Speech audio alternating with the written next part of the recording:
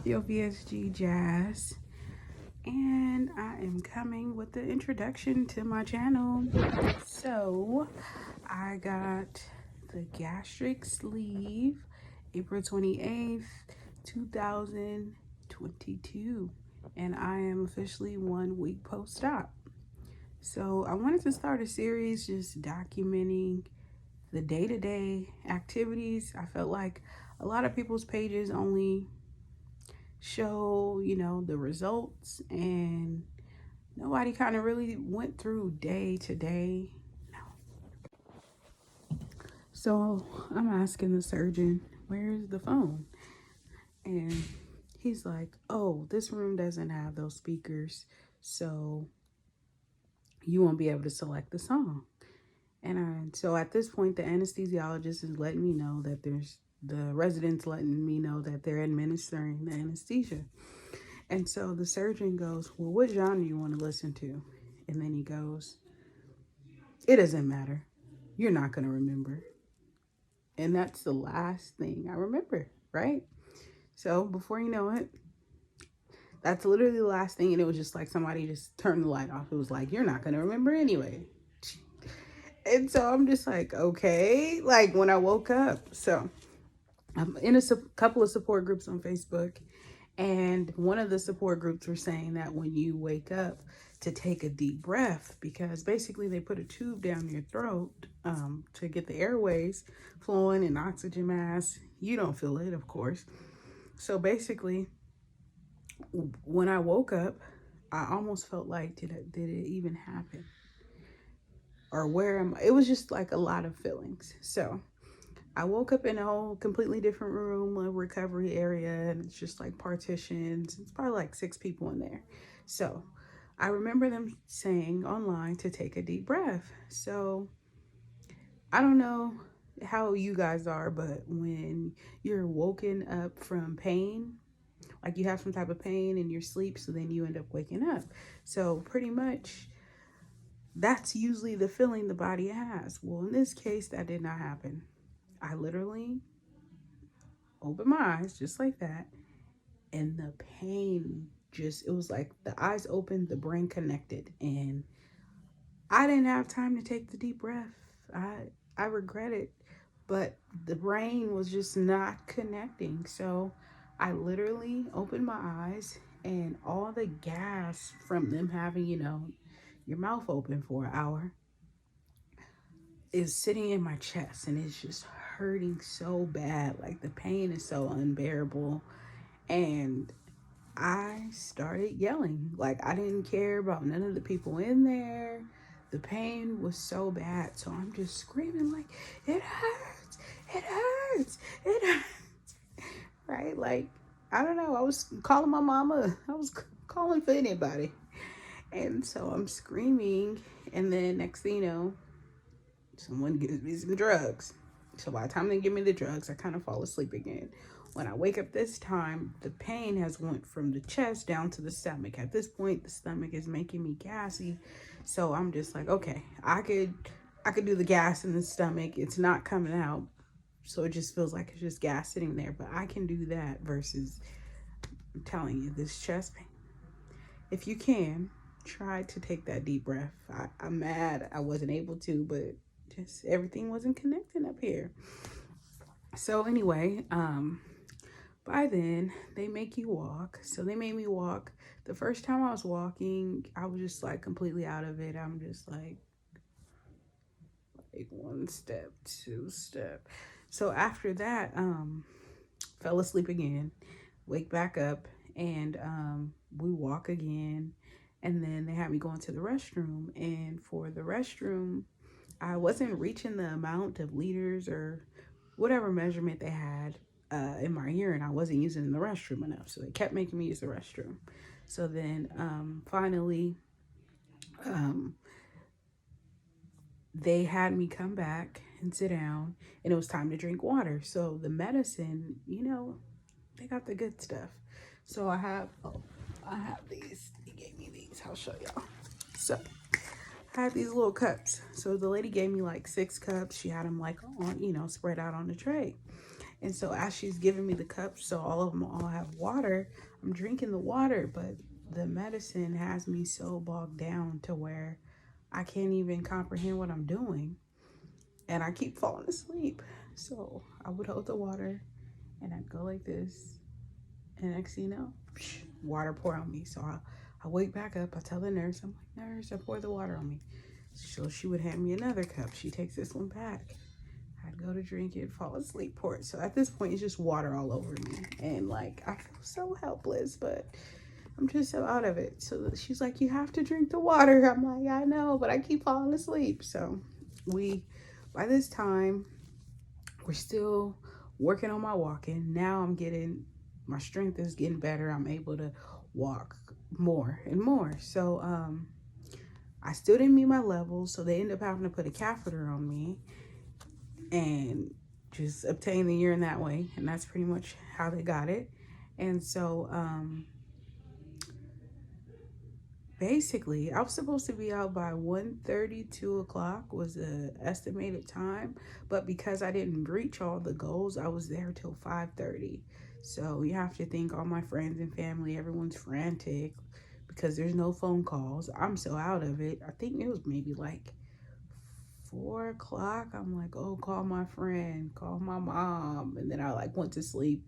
And then the lady came back like, I talked to your mom. She said she loves you. Give you a hug. I'm like, okay. So going through all the motions, I finally reached the water, drinking water. I guess it took me an hour to drink water. It was crazy. So because they want you to sip the water, they don't want you to just down it.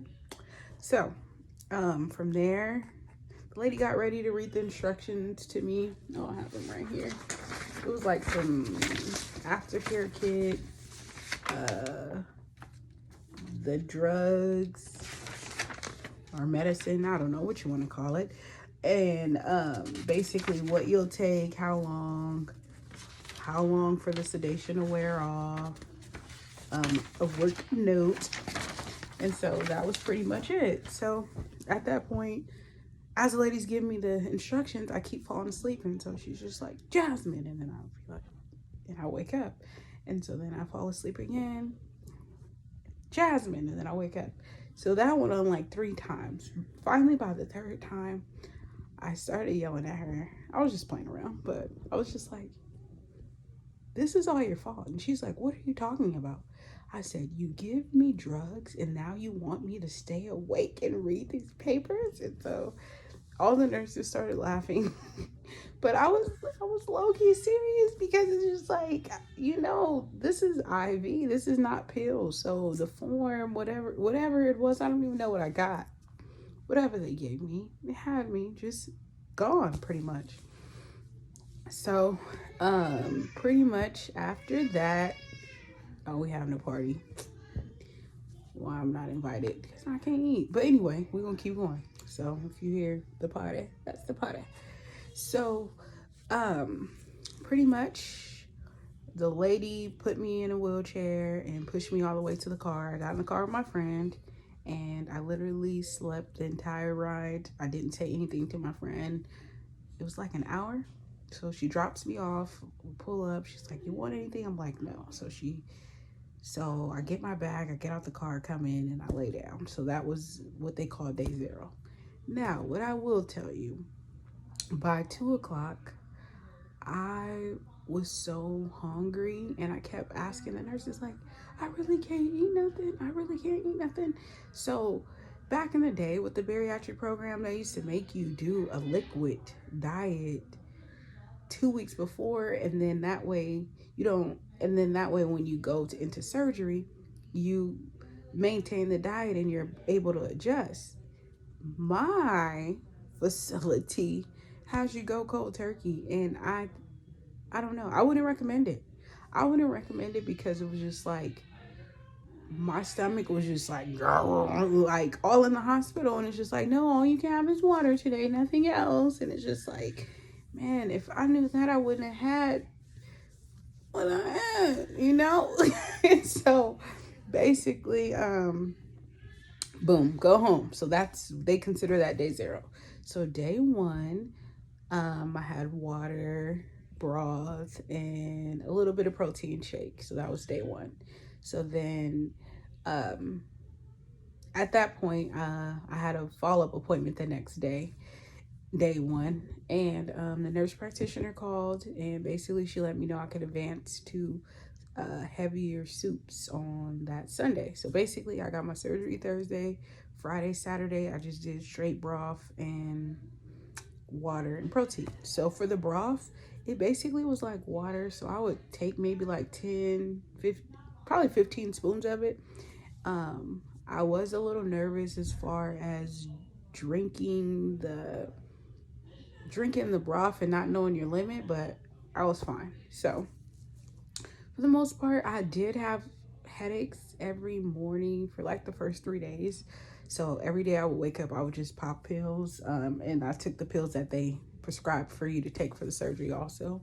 They say to incorporate vitamins once you feel ready, but usually that's like the second or third week.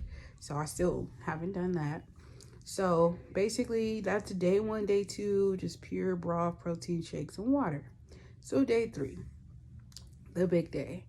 My friend was able to puree like a bunch of soups for me. And so when I sat down and ate them, I was eating the pureed soup like it was broth. So in that aspect, it's thicker. So I damn near killed myself. Let's just say that. And nobody was at home. So because I was so happy, like, oh, something heavy, did like the 16 spoons of the puree, but not thinking about the consistency, the thickness of it versus the broth. So I'm eating it, and next thing you know, I just feel like all these bubbles gushing like in my stomach, and I literally like was like, oh, you overate. Like, that's just really what happened. And so no one's here, and so I'm just kind of like, like, what's gonna happen? So next thing you know, I stand up, and when I stand up, I'm just feeling dizzy. And so I run to my room, jump in the bed, and I call my mom, and I'm just like, no one's at home, and I just overate. And so like 10 minutes went by before it passed. And then at that point, I was like, okay, now I know how to gauge it. Instead of 16 spoons, of the puree, we're doing 8, and we're done. So that was that. So basically from there, I'll just tell you what my typical meal is now. I would do 6 spoons of Chobani sugar-free vanilla Greek yogurt for breakfast.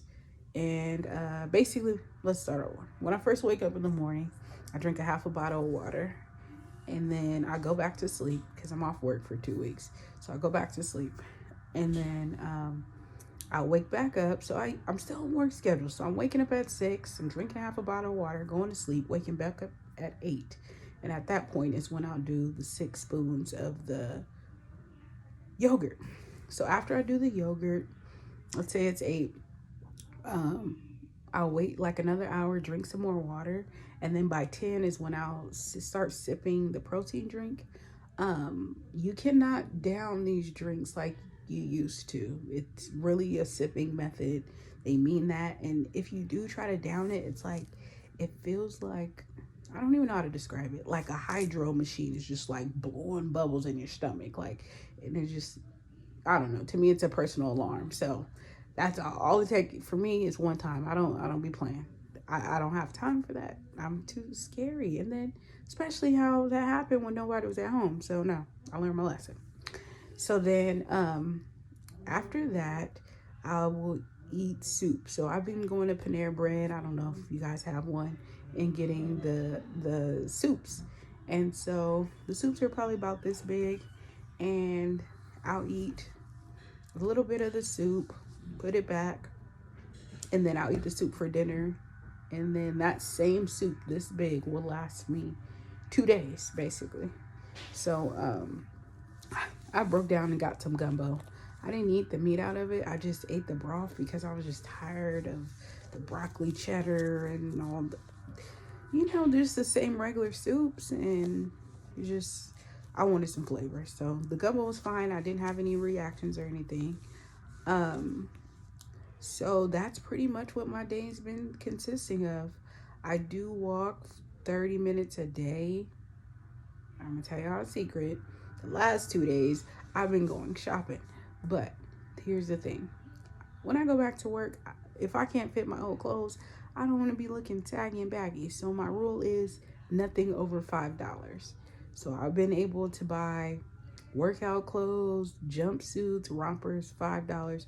Some stuff is like 10, 12, but majority of everything I bought, $5. Like, I'm not playing. So pretty much that's what I've been doing. Mentally, it's an adjustment. I think like the first 2 days, it was just like, man, like I miss food. But now, like during this journey, I've been learning that, most of us Americans are probably all over the country. Everyone, what's considered fun is eating food or like, drinking alcohol to most people, not all, but to me, what I'm trying to learn is to have a life that doesn't revolve around that and just continue to incorporate fitness. Prior to the surgery, I lost 35 pounds. I was going to the gym 3 to 4 days a week. I really missed the gym. I tried to sneak out and go the other day, but my roommate gave me the look, so I laid back down. I think it's more so ego. I don't have any children. I'm not romantically involved, so just sitting at home it's not even that I miss work. It's just like, wow, like, I'm just sitting here. So what I started doing is making use of my time. I've gotten like a ton of why I can't talk. A ton of certifications online off of the Eventbrite. I always recommend them. They have all these free seminars, and basically I'm trying to enhance myself in knowledge of life coaching. So that's what I started doing, is just taking classes, like 5 classes a day. Like all this week I've been just going. And so just to better myself. So pretty much this is day 7. So 7 days ago today I got my surgery. And I feel fine. Everyone around me, they can't believe that I'm fine because people just assume, people recover different ways. I think what got me to be fine is just the brain and the ego, because it's like the brain tells you, hey, I got this, and then the body's like, lay down. And so now I just pretty much been listening to my body. The first few days I was like sleeping, but now I'm back to normal. I will say this is probably the most energy I've ever had. I've been up till 3 o'clock in the morning every day and then turn around and getting up at 6. I've been having to take naps in between the day, but I just feel so energized, and I'm like a super coffee fanatic, so it's mind blowing at this point that I'm striving off of without coffee. And I honestly think it's the amount of food intake. Yes, so far I am 15 pounds down. My highest weight was 285 pounds, and my goal was 261. And my goal for my surgeon, and then I started at 257 something. I don't even remember. I ate some stuff before the day before surgery, and I was kind of bloated. Oh my goodness, I started on my menstrual during the surgery, so that was different because your stomach already feels bloated. It was a mess, y'all. So yeah, mentally I'm fine. I'm just learning that it's a new way of life. When I get ready to eat food now, just the importance of eating healthy. I know people, I'm fat. I was fat. I'm a former fat girl in the making. And I just know that now eating food to live is very important. I'm not going to, down people or make people feel bad.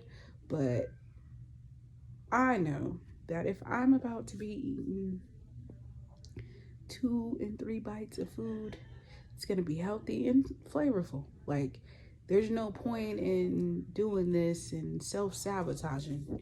So I think the best thing that helped me prior to this was getting my mental health under control and realizing that my life is going to change and never be the same. And I think that you cannot use this surgery as like a fixer. Like, you really have to fix up there first.